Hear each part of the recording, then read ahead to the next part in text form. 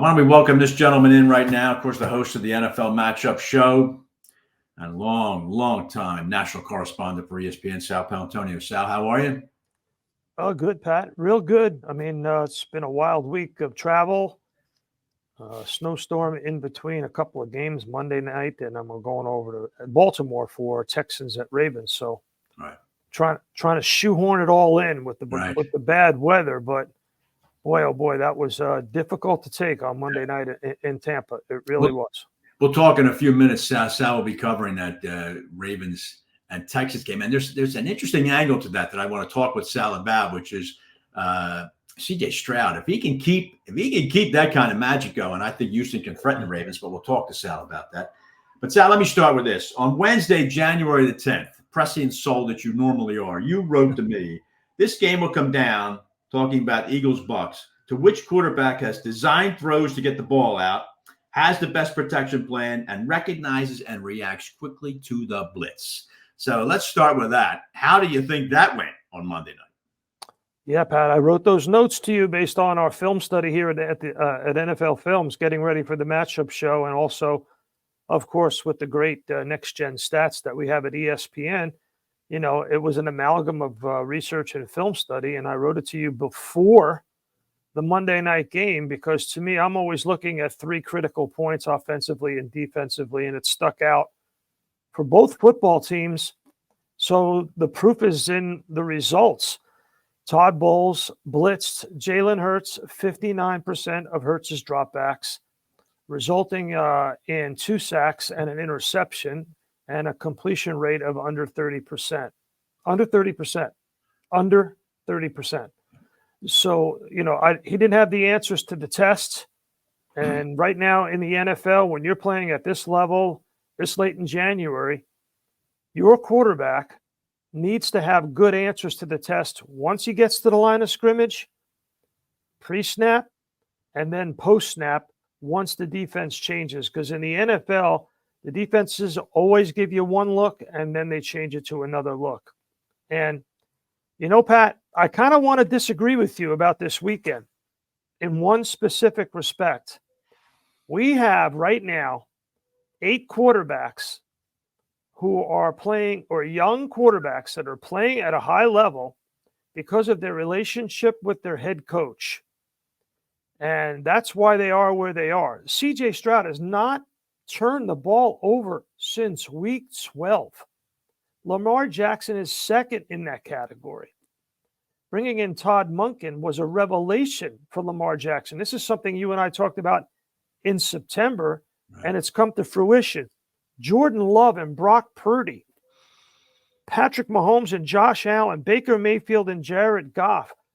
All of these guys have really good, close relationships with the head coach, offensive coordinator, and play caller. And that is really the difference. It really is. All right. Well, then let's segue to Monday night. Obviously, then, did the Eagles quarterback and the Eagles coach have that kind of relationship? And if not, when they went 10-1, you figure they have it. What happened from 10-1 to 11-7 to that relationship? Well, you know, I don't know whether or not the relationship is quote unquote on ice or fractured or not. It's certainly not working. I think one team's just started to blitz Jalen Hurts. Right. They turned the blitz up from 20 to 30 to 40, and they could see teams adjusted. NFL is a game of adjustments, and teams started to blitz Jalen Hurts when they saw he had no answer, and they saw he wasn't going to run with the football. That was it, lights out. So I think that's the number one thing, the number one problem, and you could see it. In the frustration with A.J. Brown. Right. And Dallas Goedert went out with an injury. Right. So, you know, there was a lot of things, but the bottom line is whatever the Eagles are going to do, and right now it is 6 p.m. on January 18th, and on January 19th, Nick Sirianni is supposed to have his exit interview with Jeffrey Lurie. That's supposed to happen on a Friday in Philadelphia. It's supposed to be in the middle of a snowstorm. Going to happen. Right. Jeff Leroy is coming up from the Caribbean where he had a brief respite. And, you know, they're going to try to figure it out. But whatever they figure out, they have to figure out how Jalen Hurts is going to get better. Who are you going to bring in here? What offensive system are you going to have? If Nick Sirianni has earned the right to come back, earned the right to fix this, and there are a lot of people who believe that he has earned that right to do it. Right. What is the plan for the quarterback? Because the list is obvious. Those 8 quarterbacks, Pat. Yeah. The list is obvious. The relationships are obvious. Okay. That's the key. Well, yeah, you laid it out. You laid it out very well right there. When we get back, then I'm going to start off with that and ask you, a man who has stood on hundreds of NFL sidelines. I think people want to know if you, who were there Monday night, just noticed what, if anything, is wrong or was wrong on the Eagles sideline, and what is it that precipitated it? Because the team looked lifeless during the game. I want to get that from you. We're going to talk more about Jalen Hurts and Nick Sirianni, and then we'll go, as always, we'll take Sal through the divisional round and lightning round and get his opinions on that. We'll do that all next on This Week in Pro Football, presented by Kennedy.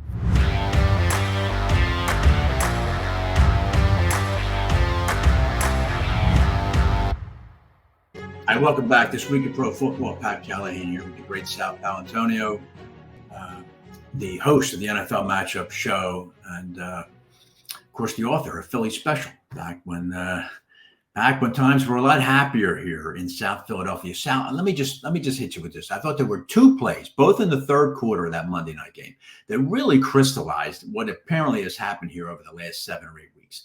The first was the safety that Jalen Hurts took when the play started from the Eagles 14.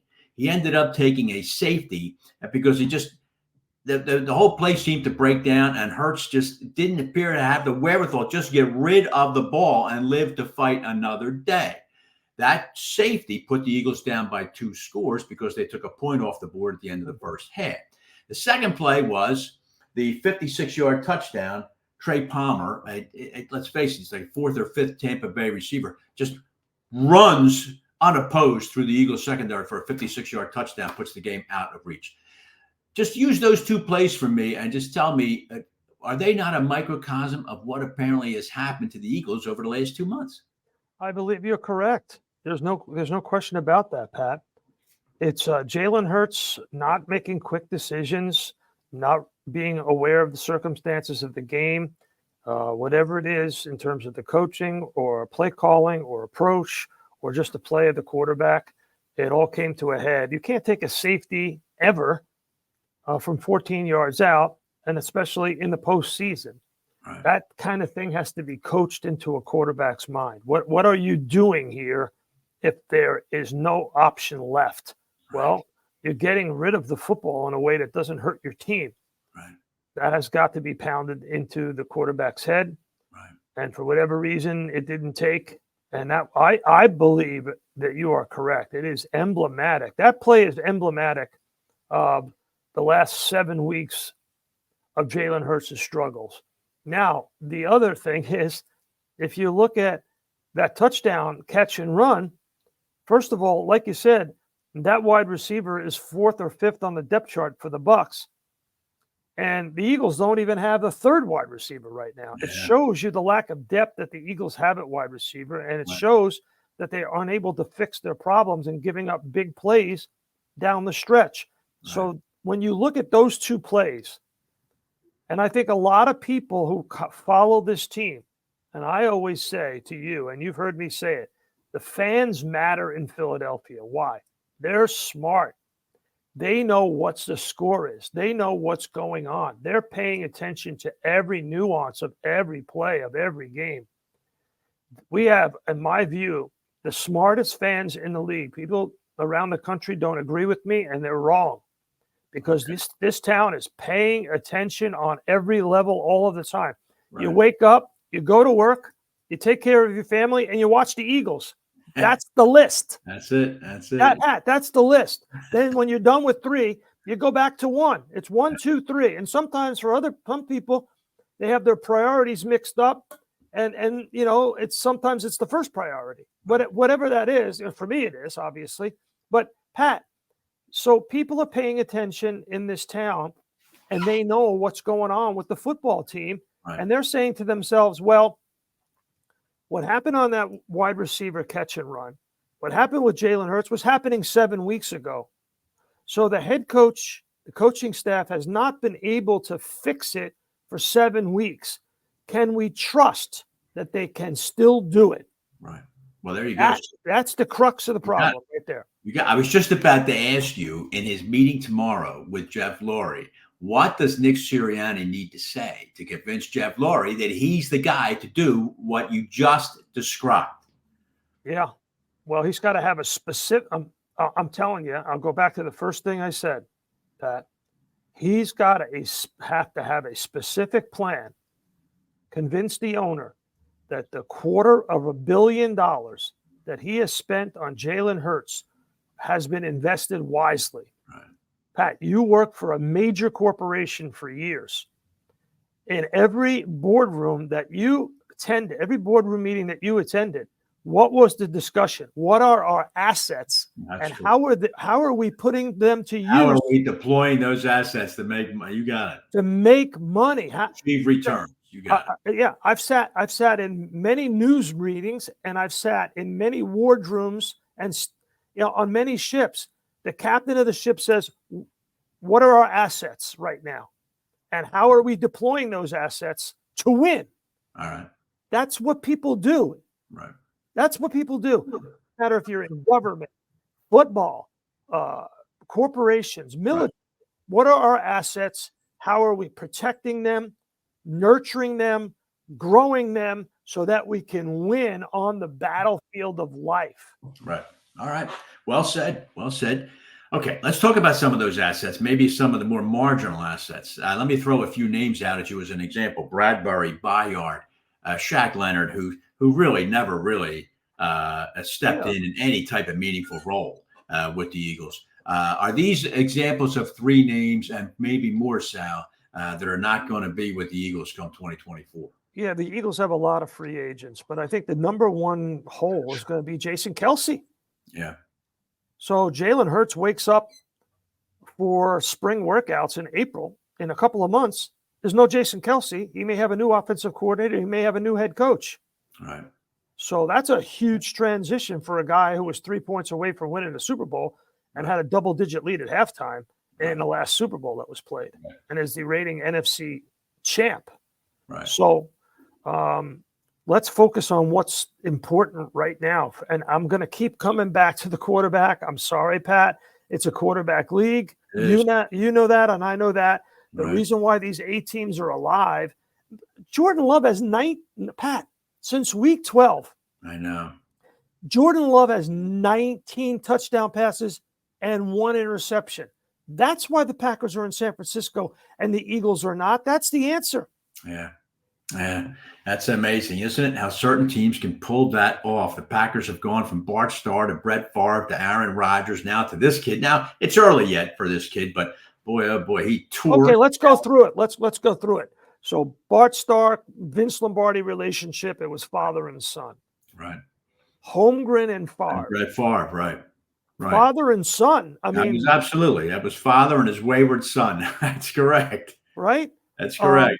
Aaron Rodgers and Mike McCarthy. When Aaron Rodgers was young and Mike McCarthy, that was the kind of relationship you want. I think for all the things about Mike McCarthy, he's still a good designer and play caller. Right. And LaFleur and Jordan Love. Yeah.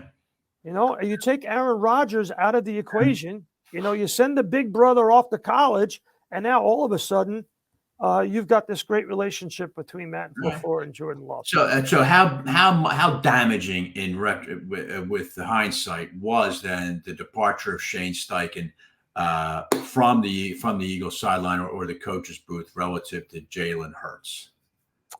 I think it has to be the number one factor. Yeah. Yeah. It certainly seems like it because he was not. I mean, he just looks so distant on the sideline. He just sits down on the sideline, and you don't know what he's thinking. But it doesn't seem. I mean, for all his foibles, Russell Wilson never stops going up and down the sideline, shaking hands, clapping, and let's go, guys, let's rally the troops. Jalen Hurts so distant, seemingly, Sal, on the Eagles sideline, especially when they're losing. Pat, I wasn't a professional athlete, but I keep bringing up my military experience because when you're in a highly competitive environment, like the military, like corporate finance, like professional sports, it takes hard, smart coaching to get the job done. You cannot feed people pablum and pudding and expect things to go right all the time. Right. You can't, Pat. Right. You know that. Right. That's what that is a fact. Yep. You got that right. Any father or mother will tell you the same thing. Sal Paolantonio, let's do the lightning round here. I want you at your sharpest here. Let's start with these divisional round games, the one you're covering Saturday, Houston at the Ravens. Now, there's two things at work here, Sal. One is the Ravens have a little bit of an anvil around their necks, too. They have had a hell of a time getting out of these early round games. And now they're up against a kid that I think, if he stays as unflappable as he's been, as you pointed out, in the last month or month and a half, does Houston have a shot here? Houston has a shot, but Baltimore's defense will be the difference. Baltimore has more pass rushers than the Cleveland Browns. They are going to come after, and they actually use more disguised blitzes and the illusion of blitzing than Jim Schwartz does. Yeah. I listen, 9.5 is a big number. I would never do that, give 9.5 in this situation, especially, with this quarterback. All right. Sal, the Saturday night game, Green Bay at San Francisco, the 7 seed now going to the well-rested 1 seed. Before you mention anything about this game, just give me a sentence or two on what the hell happened to the Cowboys Sunday in Dallas. It was almost fast. Sal was like watching a car crash in slow motion, wasn't it? And just give me your take on it. What is it about the Cowboys? Never mind the Eagles. Somebody described the game as a slow rolling to the apocalypse for the Cowboys. But Pat, I'm here. I'm going to give it to you real succinctly because it is the lightning round. The Cowboys were not ready for the Packers. The Niners will be ready for the Packers. There you go. That's about as good a way. I'm sure, Sal, you're going to be right. San Francisco a 10-point favorite. Kansas City at Buffalo. This is the third go-round now of the Mahomes-Allen rivalry. How do you see this? Do you think Kansas City has a chance to go into Buffalo against right now what is a very good Bills team? I do. I do think they have a chance to go into Buffalo and win that game, Pat. I have actually covered all of the Allen Mahomes prize fights, and they have been really prize fights full of haymakers. Nobody's out there, jabbing. Everybody's throwing big punches.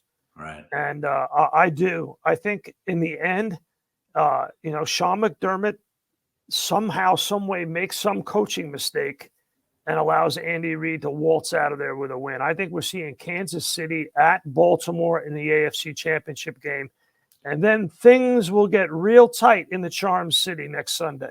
All right. And Sal, the last one, Tampa Bay at Detroit. The Lions, I think they escaped there. I mean, that was a tough game. Lions are good, Sal. Tampa Bay, I think Tampa Bay has gone as far as they can go here, having to go to Detroit, a very loud stadium. The Lions playing host to the Bucs. Pat, I went into Todd Bowles' office after the game on Monday night. I've known him for years. After he did his press conference, I went into his office and I sat down and I looked at him and I said, "You're not done blitzing yet, are you?" And he said, "Nope." Yeah. And Jared Goff is susceptible to that now. You mentioned it, One word, Pat. That's all he gave me. Nope, yeah. I'm not done. Okay. He is blitz happy right now. Yeah. And there's an old saying, right? You live by the blitz, you die by the blitz. Right. But right now they're living by the blitz. And I do have a rooting interest. I really like Baker Mayfield. I've spent a lot of time with him. I like him a lot. He is about as clear-eyed and tough as they come. Yeah, he is. I have spent a lot of time with him, and I root for him. He's the ultimate underdog. So I'd like to see the Bucs go in there and win. I'd like to see the Packers beat the Niners. I'd like to see Uncle Sal get on an American Airlines flight from Philadelphia down to Tampa for the NFC Championship game. Yeah. That's what I'd like to see, Pat Callahan. Yeah, I think you're going west, young man. I think you're going west. that's where you're going. But Sal, I appreciate all the time. Thank you very much. We look forward to your coverage of Texans and Ravens. Look forward to the matchup show. Matchup show is Saturday morning, ESPN2. Best way to watch it right now, ESPN Plus, or for you old folks, DVR. Me and you, Pat, we go to the DVR and record it, and that's the way we get it. All right. Sal, pal, thank you very much, pal. Stay well. Have a safe trip, and we'll talk to you next week. All right. Pat Callahan, love it. All right. Sal Paolantonio joining me there for his usual extended stay, and thank you very much to Sal. All right, when we get back, Sean Green is going to join me. We're going to talk some spreads and some props. And let's Sean weigh in, one of the biggest Eagle fans ever, on what he saw Monday night. We'll do that next on This Week in Pro Football, presented by Ken.